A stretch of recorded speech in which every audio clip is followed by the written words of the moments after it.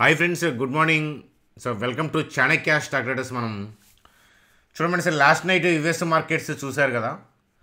So fed ఈవెంట్కి వేచి చూస్తూ ఉన్నట్లుగా మనకు అర్థమైంది, రైట్. అయితే లాస్ట్ నైట్ ఎక్స్చెంజర్ ఫాల్ డౌన్కి కారణం ఏంటి? సో హెవీగానే డ్రాప్ అయింది కొంచెం. సో మరి ఎక్స్చెంజర్ ఫాల్ వల్ల ఆ impact last night TCS, Infosys, Wipro, so ఎట్లాంటి స్టాక్స్ మీద ఈరోజు పడింది. సో లాస్ట్ నైట్ మనం అబ్జర్వ్ చేస్తే ఇన్ఫోసిస్ ఏడిఆర్, విప్రో ఏడిఆర్ కూడా డౌన్లో ట్రేడ్ అయ్యాయి కదా. మరి ఈ టెక్నికల్ చార్ట్స్ ఏం చెప్తున్నాయి ఇన్ఫోసిస్కి సంబంధించి, విప్రోకి సంబంధించి, టీసీఎస్కి సంబంధించి, అసలు ఇంతకీ ఇవి ఫాలో అవడానికి కారణమైన ఎక్స్చెంజర్ ఫాల్కి కారణం ఏంటో ఈ వీడియోలో డిస్కస్ చేద్దాం. అలాగే విండ్ ఫాల్ ట్యాక్స్ అప్డేట్ వచ్చింది. మనం ఊహించిందే విండ్ ఫాల్ ట్యాక్స్ అప్డేట్ వస్తుందని. సో అయితే అది ఎలా ఉంది, అలాగే రిలయన్స్ చార్ట్ ఏం చెప్తుంది అనేది ఈ వీడియోలో డిస్కస్ చేద్దాం. సో అలాగే హెచ్డిఎఫ్సి బ్యాంక్ చాలా రోజుల తర్వాత సో కళకళలాడుతూ ఉందన్నమాట.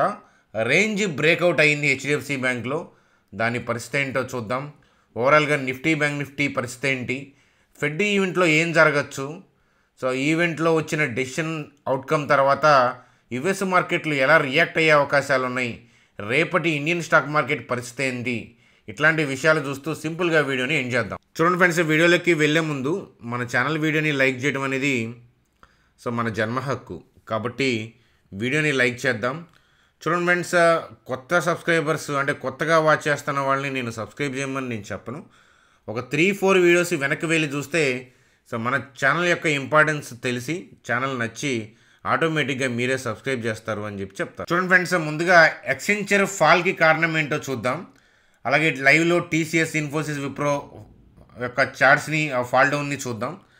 దాని తర్వాత హెచ్డిఎఫ్సి బ్యాంక్లో మీకు చార్ట్లో ఇన్స్టిట్యూషన్స్ అంటే ఎఫ్ఐస్, డిఐస్ యొక్క బైసెల్ ఆర్డర్స్ ఎట్లా ఉంటాయి అనేది లైవ్లో మీకు చూపిస్తాను.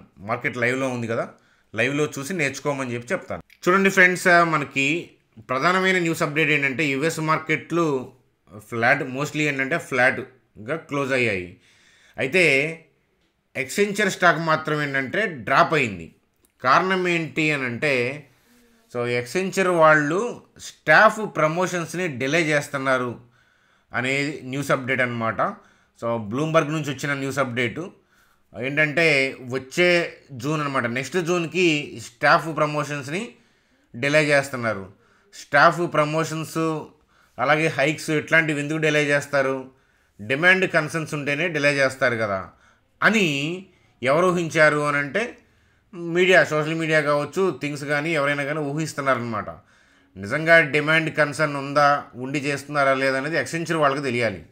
కానీ ఎక్స్చెంజర్ ఫాల్ డౌన్కి కారణమైతే కనుక వాళ్ళ స్టాఫ్ ప్రమోషన్స్ డిలే చేస్తున్నారు. సో ఎప్పటిదాకా అంటే నెక్స్ట్ జూన్ దాకా. దానివల్ల డిమాండ్ కన్సర్న్స్ వల్లే అని చెప్పేసి ఎక్స్చెంజర్ స్టాక్లో ఫాల్ డౌన్ అనేది మనం లాస్ట్ నైట్ యుఎస్ మార్కెట్లో చూసాము. అలాగే ఇన్ఫోసిస్, విప్రో, ఏడిఆర్ అవి కూడా ఏంటంటే డౌన్లోనే నడిచాయి లాస్ట్ నైట్. మరి లైవ్లో మన ఐటీ స్టాక్స్ ఏం చేస్తున్నాయి, ఐటీ స్టాక్స్ చార్ట్స్ ఏం చెప్తున్నాయో చూద్దాం పదండి. చూడండి ఫ్రెండ్స్, మనం స్క్రీన్ మీద ఏంటంటే ఇన్ఫోసిస్ యొక్క టెక్నికల్ చార్ట్ చూస్తున్నాము.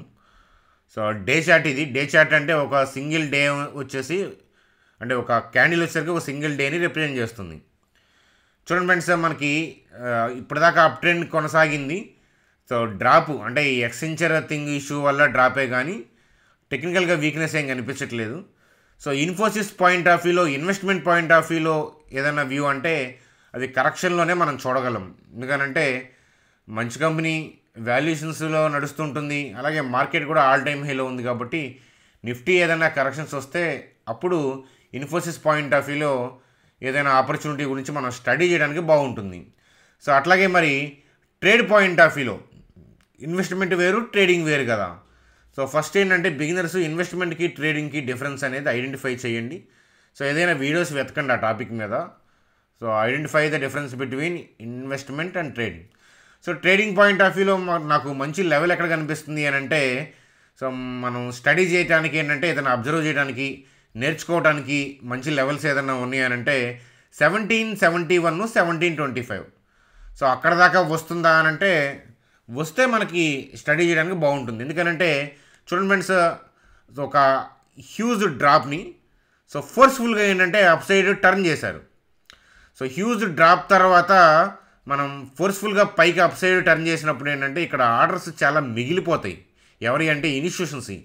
సో ఫస్ట్ టైంలో ర్యాలీలో ఏంటంటే చాలా థింగ్స్ ఆరిజిన్లో మిస్ అవుతారు. సో ఎప్పుడైతే రీట్రేస్మెంట్ అవుతుందో అప్పుడు మళ్ళీ ఏంటంటే సెకండ్ టైం ఎగ్జిక్యూట్ చేసుకునే ఛాన్స్ ఉంటుంది. కాబట్టి సో నేను 1771 కోసం వెయిట్ చేస్తున్నాను. ఏదైనా నేర్చుకుందాము అని అంటే 1771 కోసం వెయిట్ చేయడం కరెక్ట్ అనేది నా ఒపీనియన్ అనమాట. సో కాబట్టి సో నేనేం చేస్తున్నానంటే ఎలర్ట్ పెట్టుకుంటున్నాను. 1771 దగ్గరకు వచ్చినప్పుడు మనం చూడకపోతే ఇబ్బంది కదా. ప్రతిరోజు ప్రతి స్టాక్ని మనం ట్రాక్ చేయలేం కదా. అందుకని 1775 కన్నా లెస్ దాన్ కండిషన్ పెట్టాను. So add price alert. So ఎప్పుడైతే మనకి ఇన్ఫోసిస్ 1775 ఆ ఏరియాకి వచ్చినప్పుడు 775 కన్నా కట్ అయినప్పుడు ఏంటంటే మనకు ఒక పాపప్ విండో వస్తుంది, అలర్ట్ వస్తుంది. ఇలా అన్ని స్టాక్స్ని స్కాన్ చేసుకొని పెట్టుకోవాలి.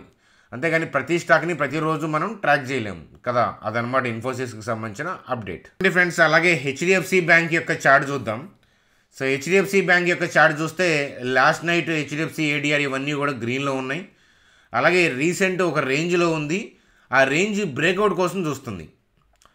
ట్రెడిషనల్ లాజిక్స్ పాయింట్ ఆఫ్ వ్యూలో చూస్తే కనుక ఈ రీసెంట్ రేంజ్ బ్రేక్అవుట్ అనే పాయింట్ ఆఫ్ వ్యూలో సో ఈ 1685 కన్నా పైన ఏంటంటే above people wants to buy. అలాగే ఏంటంటే ఈ గ్యాప్ ఉంది కాబట్టి ఈ 1685 అబౌవ్ ఏంటంటే అగ్రెసివ్గా బై చేస్తారు. ఎందుకంటే ఈ గ్యాప్ ఫిల్ అవుతుంది అనేది ట్రెడిషనల్ లాజిక్స్ ఎప్పటి నుంచో ఉన్నాయి అవి కదా. కానీ సో గ్యాప్ ఫిల్ అవుతుంది అని చెప్పి ఇప్పుడు వచ్చి బై చేసేవాళ్ళు ఏంటంటే ఇరకపోతారు. సో ఎందుకో నేను చెప్తాను చూడండి. సో చూడండి ఫ్రెండ్స్, ఇక్కడ గ్యాప్ ఉంది కదా. సో దాని మీనింగ్ రకరకాల ట్రెడిషనల్ లాజిక్స్లో రకరకాలుగా ఉన్నాయి. కానీ యాక్చువల్గా థింగ్ ఏంటి అని అంటే ప్రొఫెషనల్ వేలో నేర్చుకుందాం, మనం చూద్దాం పదండి. చూడండి ఫ్రెండ్స్, ఒకసారి స్క్రీన్ మీద మనం హెచ్డిఎఫ్సి బ్యాంక్ యొక్క చార్ట్ చూస్తున్నాం. ఈ గ్యాప్ డౌన్ ఎందుకు ఫామ్ అవుతుంది అని అంటే చూడండి ఫ్రెండ్స్, ఏదో బ్యాడ్ న్యూస్ ఉంది ఆ రోజు.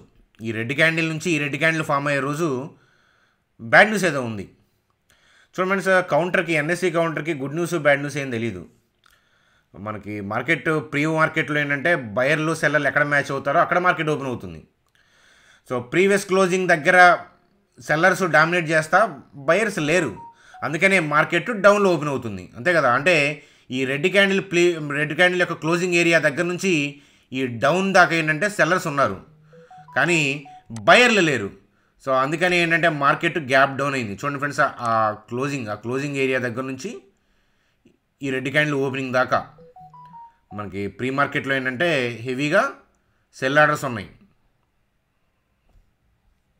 అంతే కదా. ఇదంతా కూడా సెల్ ఆర్డర్స్ ఉన్నాయి. సో ఒకసారి చూడండి, నేను ఇలా డ్రా చేసి చూపిస్తాను. సో అంటే ప్రీవియస్ క్లోజింగ్ దగ్గర నుంచి ఇలా డౌన్కి ప్లేస్ చేశారు, అర్థమవుతుందా. ఆ ఏరియాని నేను మార్క్ చేశాను. అయితే ఆ ప్రీవియస్గా రిలీజ్ చేసిన cell orders, pre market release చేసిన ఆర్డర్స్ ఏంటంటే నెక్స్ట్ డే తీసేయడం అట్లాంటివి చేయరు ఇన్స్టిట్యూషన్స్, అవంతే ఉంచుతారు. సో ఈ మార్కెట్ ఎప్పుడన్నా ఆ ఏరియాకి వచ్చిందా? రాలేదు. సో ఈ రోజు వస్తుంది చూడండి. సో ఆ పర్టికులర్ ఏరియాలోకి వస్తుంది. ఒకసారి లైవ్ చార్ట్ చూపిస్తాను చూడండి. సో ఆ పర్టికులర్ ఏరియా ఏదైతే మనం సెల్ జోన్ అనుకున్నామో సో ఆ ఏరియాలోకి ఇప్పుడు ఎంటర్ అవుతుంది మార్కెట్. చూడండి ఎంటర్ అవుతుందా. 1690 1685 దాటిన తర్వాత సో అగ్రెసివ్గా బయింగ్ వస్తుంది. ఎందుకనంటే రీటైల్ పీపుల్ ఏంటంటే ఈ 1685 దాటంగానే గ్యాప్ ఫిల్ అవుతుంది అనుకుంటారు.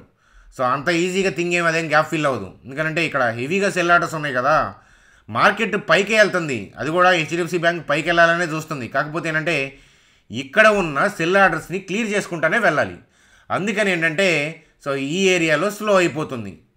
సో ప్రాఫిట్ బుకింగ్ ఏరియా అని చెప్పచ్చు. సో దీన్ని ఏంటంటే మనం ఆరెంజ్ జోన్ అనొచ్చు, రెడ్ జోన్ అనకూడదు. ఎందుకనంటే సో వాళ్ళు సెల్ ఆర్డర్స్ రిలీజ్ చేసినప్పుడు కిందకి పంపించే ఉద్దేశం ఉంది మార్కెట్ని. కానీ ఈ రోజు ఏంటంటే అంటే ఇప్పుడున్న మార్కెట్ కండిషన్స్ ప్రకారం ఏంటంటే వాళ్ళకి పైకి పోయే ఉద్దేశం ఉంది. కాబట్టి ఇది ప్రాఫిట్ బుకింగ్, కిందంతా బై చేసుకుంటూ వస్తున్నారు. కాబట్టి ఇక్కడ ఆల్రెడీ వాళ్ళ సెల్ ఆర్డర్స్ ఉన్నాయి కాబట్టి ప్రాఫిట్ బుకింగ్ అవుతా పైకి వెళ్ళాలి. కాబట్టి ఏంటంటే స్లో డౌన్ అవుతుంది, అర్థమవుతుందా. అనుకున్నంత వేగంగా టక ఏమి వెళ్దు.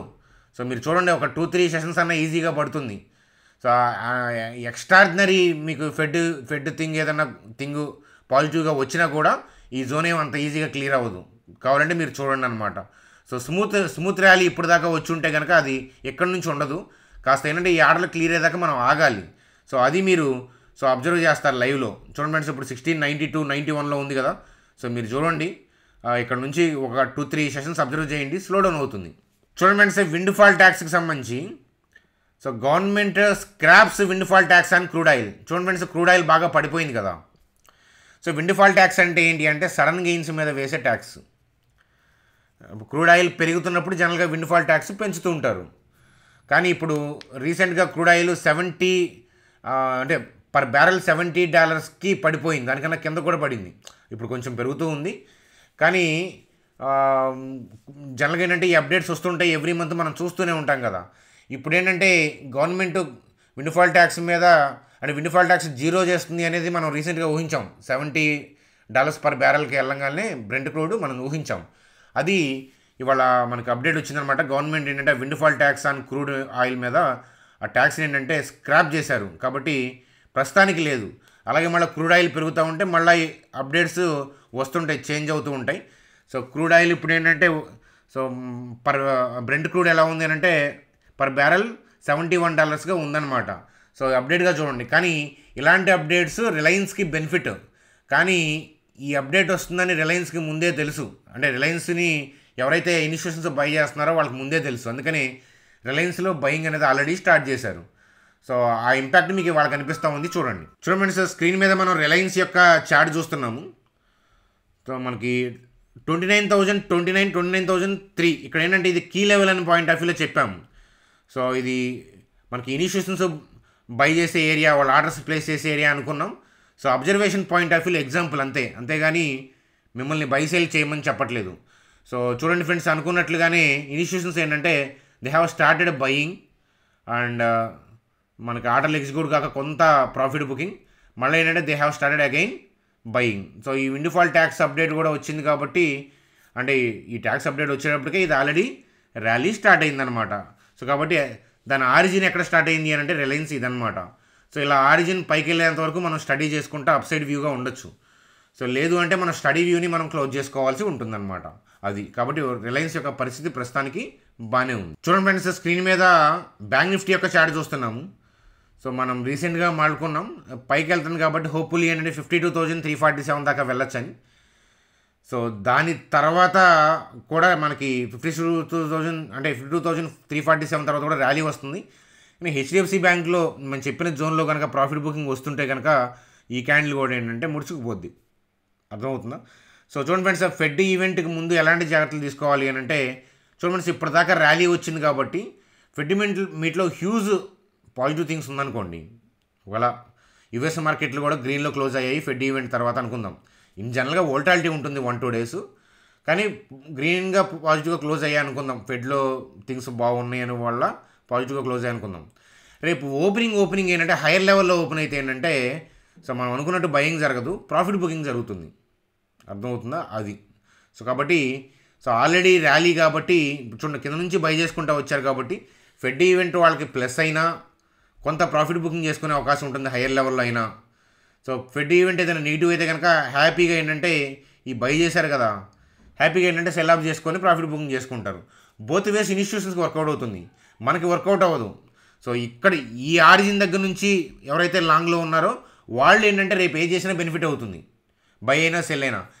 సో రేపు ఈవెంట్ బేస్ చేసుకొని ఇవాళ నేను పొజిషన్ తీసుకుంటాం అనుకునే వాళ్ళు మాత్రం ఇబ్బంది పడతారు. చూడండి ఫ్రెండ్స్, ఎప్పుడైనా సరే ఏంటంటే ఈవెంట్ కన్నా ముందే ఏంటంటే యాక్షన్ జరిగిపోతుంది.